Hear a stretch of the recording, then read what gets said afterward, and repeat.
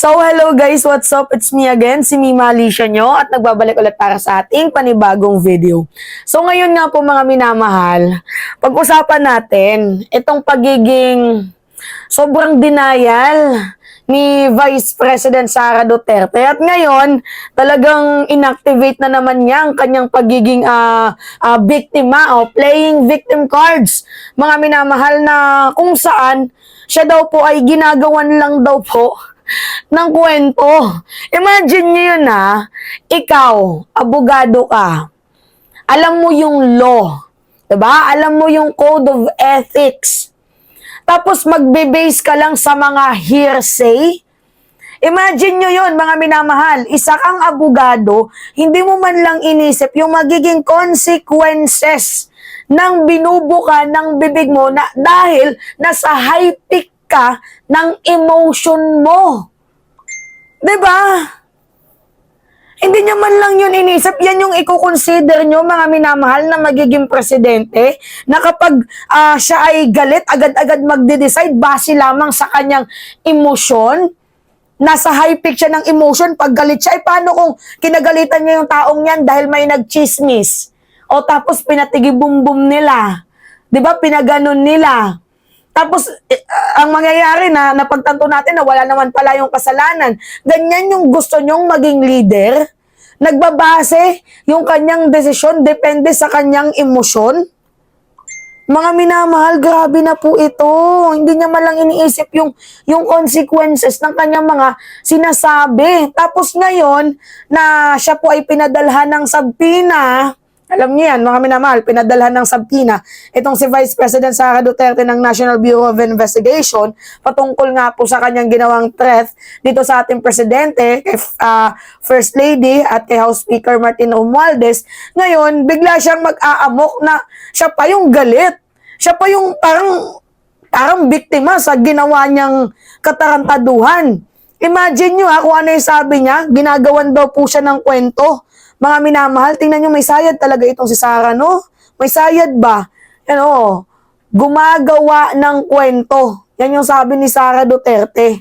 Pakinggan natin yung balita. Tinawag namang kalokohan ni Vice President Sara Duterte ang umano'y pagpupumilit ng Marcos administration na nasa panganib ang buhay ng Pangulo at ilang malapit na kaalyado nito. Ang linaw ng pagkakasabi niya, di ba? Nag-hire siya ng killers, ng gunman.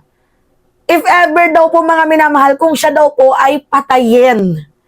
Diba? Kasi ini-insist niya, mga minamahal, na meron pong nagbabalak na siya daw po ay i-assassinate.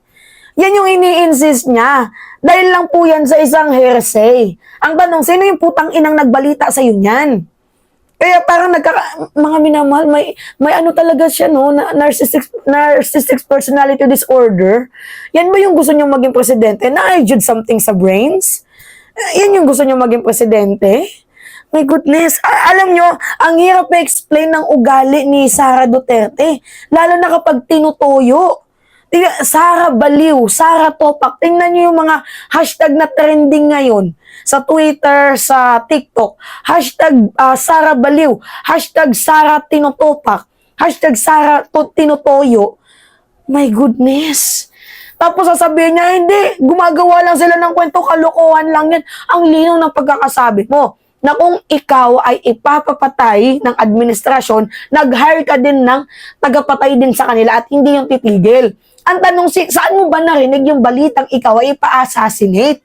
Yan yung question natin, mga minamahal. Saan mo narinig yun? Or else, gawa-gawa mo lang yan para pagtakpan ang issue mo kung saan napunta yung humigit kumulang 612 million confidential funds mo na kinakaharap doon sa public accountability. Hinaharap sa Kongreso. Hinihiring kay. Galit yarn. Alright. Isang pahayag, giniit ni VP Sara na hindi active threat o aktibong pagbabanta ang sinabi niya nitong weekend na may kausap na siya para patayin ang Pangulo, si First Lady Liza Marcos at House Speaker Martin Romualdez sakaling mapatay ang bise. Naniniwala rin si VP Sara na lalabas ding gawa-gawa lang ang naratibong pinakakalat ng administrasyon kung uusisain itong maigi. Kinontra rin ni VP Sara ang naging pahayag ni Executive Secretary Lucas Bersamin kung saan ginamit niya ang salitang assassin patungkol sa umano'y mga banta ni Duterte. So ngayon mga minamahal, kulang na lang sabihin ni Sara Duterte na parang kasalanan pa ng Marcos administration yung mga nangyayari sa kanya. Kulang na lang sabihin niya yan. Ewan ko ba dito sa ating Vice Presidente? Ano yung napapasok sa kanyang pag-iisip? Hindi kasi alam nyo, sa totoo lang, bago ako mag-post mga minamahal, iniisip ko muna yan ng 100 times. Kumbaga, think before you click. Ganon po ako, mga minamahal.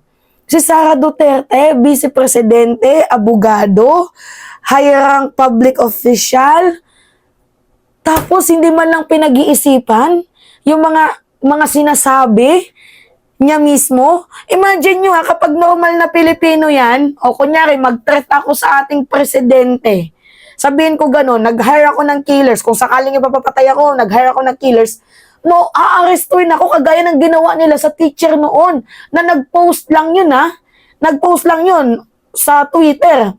Hindi pa yun mga minamahal yung salita mismo, post lang yun. 'Di ba? Inaresto. Naalala niyo yung post yung 50 million kung sino makakapagpapatay daw kay Duterte dahil nga galit yung teacher sa pagpapa-shoutdown sa ABS-CBN. Dala nga po mga minamahal ng mayroong 11,000 workers doon. 'Di ba? Kaya nadala ng galit, nag-post. Pero alam natin na yung taong yun walang kakayahan. Kasi isa lamang po siyang guro. Walang private army, hindi katulad nila Sara Duterte di umano. Walang DDS yun. So malamang matatakot yung Malacanang dito at maghihigpit ng seguridad nila dahil we all know yung pamilya, yung background nila. Diba? If you will base sa statement ni Arturo Las Cañas, Edgar Matubato, o ni Arshirto, talagang katakot-takot at kahindik-hindik yun. Diba? Mag-joke ka nga lang mga minamahal na may bomba doon sa eroplano, may bomba sa mga public transportation, sa bus, hinuhuli na. Etong si Sara Duterte, hindi nga ito nagjo-joke. Sabi niya, I am serious. Tapos, hindi hulihin. Mananatilin lang na ganun-ganun lang yon, papalagpasin yon. Hindi pwede yun. Pangit naman kabanding nun. There is absolutely no flesh on the bone. And despite the absence of a reliable investigation, authorities were quick to consider this a national security concern. May sinabi ba akong assassin doon? Wala. So nilalagay nila doon sa narrative nila, assassin. And nilalagay nila sa narrative nila, murder plot. So I have to die first. They have to kill me first. They have to kill me first. So now they can't kill me anymore. Unless they want to die. Samantala, gagawa na raw ng legal na hakbang ang kampo ng Chief of Staff ni VP Okay. Wala tayo dyan kay Zulaika Lopez na issue. Oh, see? Baliw, no? Ewan ko ba dito sa ating Vice Presidente? Kinulang na naman to sa ano ni Amores, no? Char. Diba? Hindi ata nadiligan ni John Amores. Kulang. Nakulangan na naman mga minamahal. Kaya kung ano-ano yung pinagsasabi, kahit basahin natin yung mga komento dito mga minamahal, talagang galit yung mga Pilipino sa kanya. Sabi ni John Benedict Marine 819, kahit anong palusot mo, hindi mo na mababawi yon. Sabi ni Francis Jr. Coronado, wag mong linlangin ang taong bayan, ilabas mo ang pondo. Sabi ni George Boy, if an ordinary citizen posted threat like on the social media, they would be serious trouble. So why this woman walking free and not in the custody? Yan ang sinasabi ko mga minamahal. Tama si kuya. Yan, paulit-ulit ko yung sinasabi sa inyo. Yung isang guro na hinuli dahil nag-post lang. Diba? Threat, hinuli.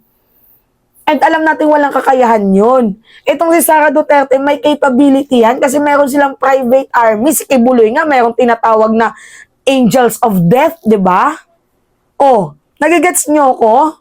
So, bakit itong si Sarah ay malayang palakad-lakad sa tapos pasalita-salita? Hindi po pwede yun. Lahat tayo, anak ng Diyos. Para-paras tayo dito. Yun nga lang, vice-presidente ka, yun lang yung kinalamang mo sa amin. Pero hindi pwede yun. Yung ginagawa mo, kung ikaw man ay paparusahan, diba, at hindi pinalagpas ni PBBM ng administrasyon, well, kasalanan mo yun. Kasi ikaw tong madaldal eh. Napaka-unprofessional and unethical na mga sinasabi mo. Putanginang yan, gago. Atarantado talaga tong si VP, no? Alright. Mga minamahal yun po. Anyway, it's me again, si Mima Alicia nyo, at nagbabalik ulit para sa ating panibagong video.